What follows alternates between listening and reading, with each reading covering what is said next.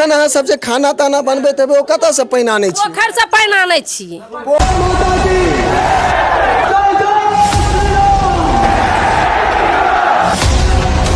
नमस्कार, स्वागत कर रहल छी जागो मैथिल में।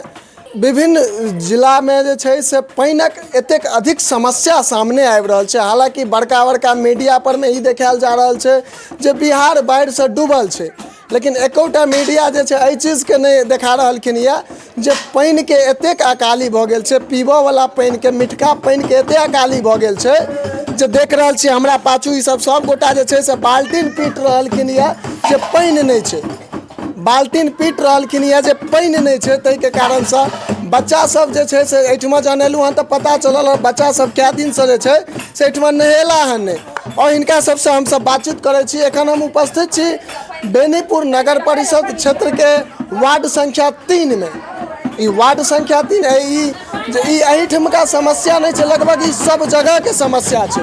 सब गोटे से आग्रह करब जिनका जिनका घर लग में जे छै से पानि के दिक्कत या वीडियो के अधिक से अधिक शेयर करब।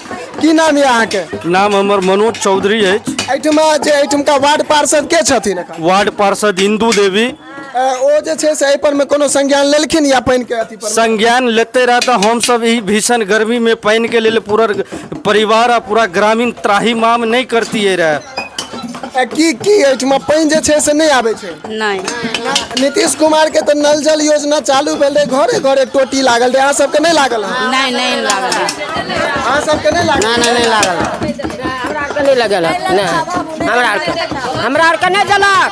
अच्छा, टैंकर नगर परिषद में छै से टैंकरो लऽ के पानि दै ले आबै छै, अहाँ सबके सेहो नहीं किछो नहीं आबै? कुछ नहीं हमरा सब देख रहल छियै इनकर सबके जे छै से एखन हम बेनीपुर नगर परिषद वार्ड संख्या 3 में छी, जाहिठामका एखन वार्ड पार्षद श्रीमती इंदू देवी छथि जे सामाजिक कार्यकर्ता बीपी सिंह के माताराम छथिन। और एहि जगह पर में देख रहल छियै जे पानि के, पीबे वाला पानि के एतेक समस्या छै जे कल पानि छोड़ देने छै, नल के टोटी। अच्छा, नल के टोटी अहाँ सब दिस एबो कैल हन? नल के निर्माण नया यहाँ पर हो गया है, लेकिन मैथिली में बाजू ना। नल के निर्माण अतः भ गेल छै नया, लेकिन घरे घरे पानि नहीं देलखिन। हम नगर परिषद कार्यपालक पदाधिकारी के 3 बेर खत लिख के मुखितो में दिलिए, व्हाट्सएप के जरिए दिलिए। मुख्यमंत्री के एगो नंबर जे छै से टोल फ्री नंबर भेल छै कि ओहि पर अहाँ कंप्लेन करियो, 3 दिन में संज्ञान लेथिन अधिकारी। लेकिन हम सारा काज कऽ चुकल छियै, अखन तक कोनो जे छै से निर्णय नहीं भेटल हन।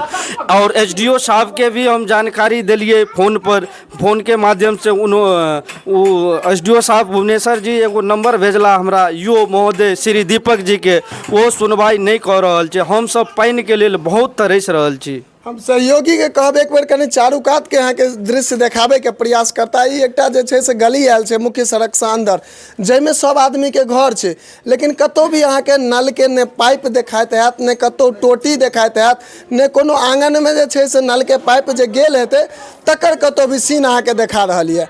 और एहिठमा जे छै चूँकि नीतीश कुमार के सबसे पसंदीदा योजना 7 निश्चय योजना रहलै, ताहिमे से एकटा नल जल योजना रहलै, जाहिमे कताक जे छै से 1000 करोड़ के निवेश कयल गेलै, जाहिसँ सब आदमी के घर में पानि पहुँचे। लेकिन वास्तविकता जमीन पर में जखन हमसब आबि कऽ देखै छियै तऽ हमरा सबके एही प्रकार से देखा रहल यऽ। अहाँ सब जे छै से मानि लिअ इंदू देवी जे वार्ड पार्षद छथिन, हुनका लग कखनो कहै लए गेलियै या हुनका कहलियै ने? मरद सब जाके कहै छै ने, सब कहै छै, जाके कहै छै, गलियो में बजै छै, बाहर और वाला आबै छै तऽ कहै छै कनी जाके किया ने कहै छियै अहाँ सब यौ, किया ने कहै छियै बाहर छियै से अहाँ 3 दिन पर 1 दिन किया ने जाके कहै छियै? आब की कहिए बौआ। अच्छा, इंदू देवी जे छै से अहाँ सबके क्षेत्र में कहियो पूछै लए एला हन जे केहन की? नहीं। अहाँ सब दिसन जे छै से मानि लिअ ई जे पानि के एते बड़का समस्या, ताहि के लऽ अहाँ सब कखनो महिला आवाज उठेलियै अहाँ सब? नहीं, हमने सब नहीं उठेलियन हन, आइ उठा रहल छियन। नहीं पानि ल अकाल बीतै छै तऽ की करिए? पानि ल मोल लोक पानि फेर एखन अहाँ सब जे खाना ताना बनबैत हेबै ओ कतऽ से पानि आनै छी? पोखरि से पानि आनै छी। पोखरि के पानि में खाना बनबै छी? कल पर से नहीं लेबै? देख रहल छियै एहिठाम का समस्या।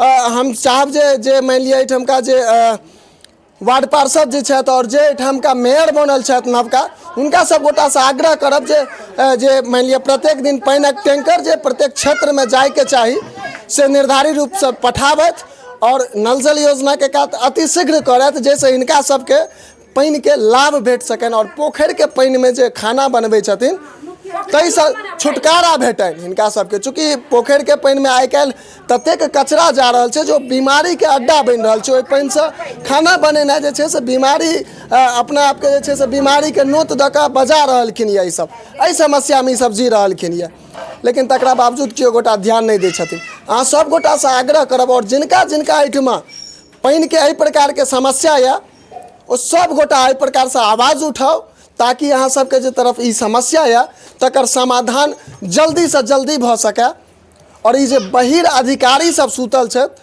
हुनकर कान में ई आवाज पहुँचे। वीडियो के अधिक से अधिक शेयर कऽ लिअ। एहि के संग जय मिथिला, जय हिंद।